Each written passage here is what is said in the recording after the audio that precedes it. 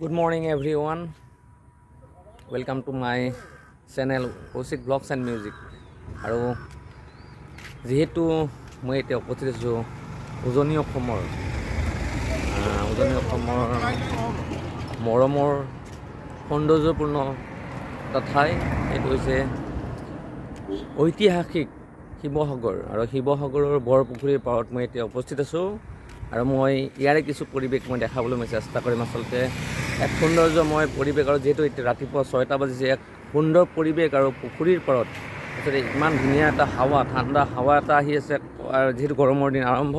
বহুতেই ভাল লাগি আছে আৰু ইয়াৰে যি পৰিৱেশ আচলতে চাবলগীয়া পৰিৱেশ মই দেখাবলৈ চেষ্টা কৰিম এয়া হৈছে ঐতিহ্যমণ্ডিত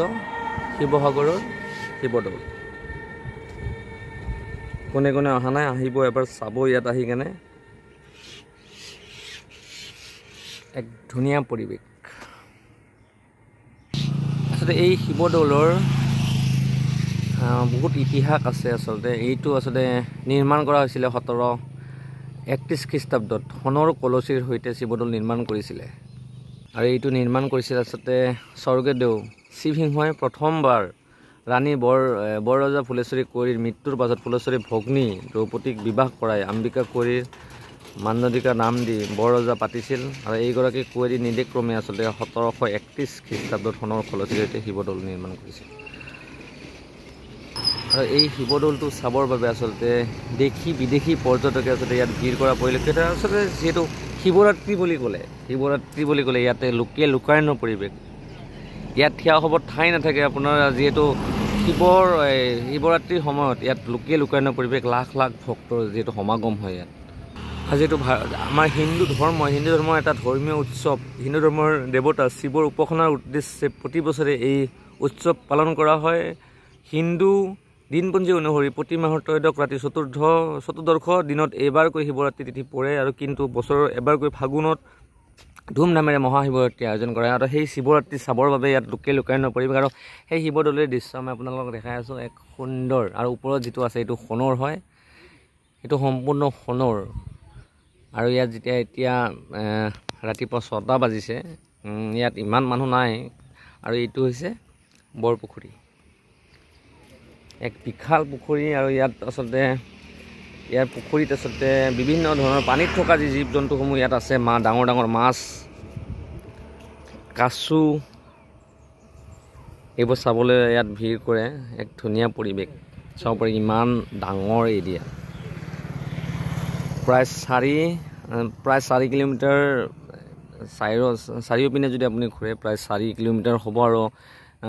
40 মিনিট 30 মিনিট বা 40 মিনিট আপোনাৰ গোটেই ৰাউণ্ডটো মাৰিবলৈ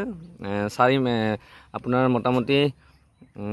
40 মিনিটমান লাগি যায় এক সুন্দৰ পৰিৱেশ ইয়াত যিহেতু ৰাতিপুৱাৰ ভাগত ইয়াত সকলোৱে আচলতে শৰীৰ চৰ্চাত ব্যস্ত হয় আৰু সুন্দৰ পৰিৱেশ পানীৰ পুখুৰীৰ কাষেৰে আচলতে ঠাণ্ডা যিহেতু হাৱা চলি থাকে আৰু ছাইডত আচলতে ইয়াত শৰীৰ চৰ্চাত ব্যস্ত হয় বিভিন্ন লোকে আৰু যিহেতু এইটোৱে হৈছে বৰপুখুৰী শিৱদৌলৰ কাষত অৱস্থিত এক ঐতিহ্যমণ্ডিত পুখুৰী আৰু কাষতে লাগি আছে শিৱসাগৰৰ শিৱদৌল ঐতিহ্যমণ্ডিত আৰু এই শিৱদৌল চাবলৈ দেশী বিদেশী পৰ্যটকে ভিৰ কৰে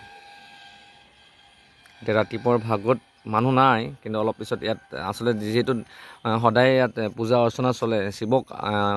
আৰাধনা কৰে আৰু শিৱক আৰাধনা কৰিবলৈ ইয়াত লোকাৰণ্য হয় সদায় প্ৰায় চাকি বন্তি জ্বলাই ভগৱান শিৱৰ ওচৰত আচলতে সেৱা প্ৰাৰ্থনা জনাবলৈ আহে ইয়াত আৰু মই যিহেতু এতিয়া পিছ ছাইডত আছোঁ দৌলৰ পিছ ছাইডত বৰপুখুৰী আছে বৰপুখুৰীৰ ছাইডত আছোঁ আৰু তাৰ পৰাই আপোনালোকক দৃশ্যখিনি দেখাই আছোঁ যিহেতু হিন্দুসকলৰ আচলতে গুৰুত্বপূৰ্ণ উৎসৱ হৈছে শিৱ পূজা আচলতে আৰু হিন্দুসকলে বিশ্বাস কৰি আহিছে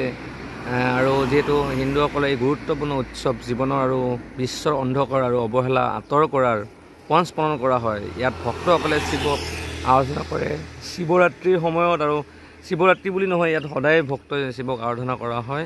ইয়াত ভক্তসকলে শিৱৰ আৰতি পাঠ উপবাস যোগ আদি নিয়ম পালে কিছু ভক্ত উৰে ৰাতি হাৰে থাকে শিৱৰাত্ৰিৰ সময়ত কোনে শিৱ মন্দিৰ বা জ্যোতিলিংগ দৰ্শন কৰিবলৈ যায় আৰু এই প্ৰাচীন হিন্দু হিন্দু ধৰ্মৰ যিটো উৎসৱ আচলতে এক আৰম্ভণি বৰ্তমানলৈকে গম পোৱা নাই কেতিয়াৰ পৰাই আচলতে এই শিৱক আৰাধনা কৰা যায় বা কিমান বছৰ ধৰি আচলতে কিমান হেজাৰ বছৰ ধৰি শিৱক পূজা কৰিছে এইটো আচলতে সঠিক অনুমান কৰিব পৰা নাযায় এতিয়ালৈকে। কিন্তু যিহেতু শিৱৰাত্ৰিৰ সময় শিৱ বুলি ক'লে আচলতে হিন্দু ধৰ্মসকলৰ এক গুৰুত্বপূৰ্ণ শিৱ পূজা আৰু এই শিৱ পূজাত আচলতে ইয়াত ভিৰ কৰে। আৰু যিহেতু এতিয়া ৰাতিপুৱাৰ সময়ত এনেকৈ খোজকাঢ়ি আছোঁ শিৱদৌলৰ বেক চাইডেৰে, এক ধুনীয়া পৰিৱেশ।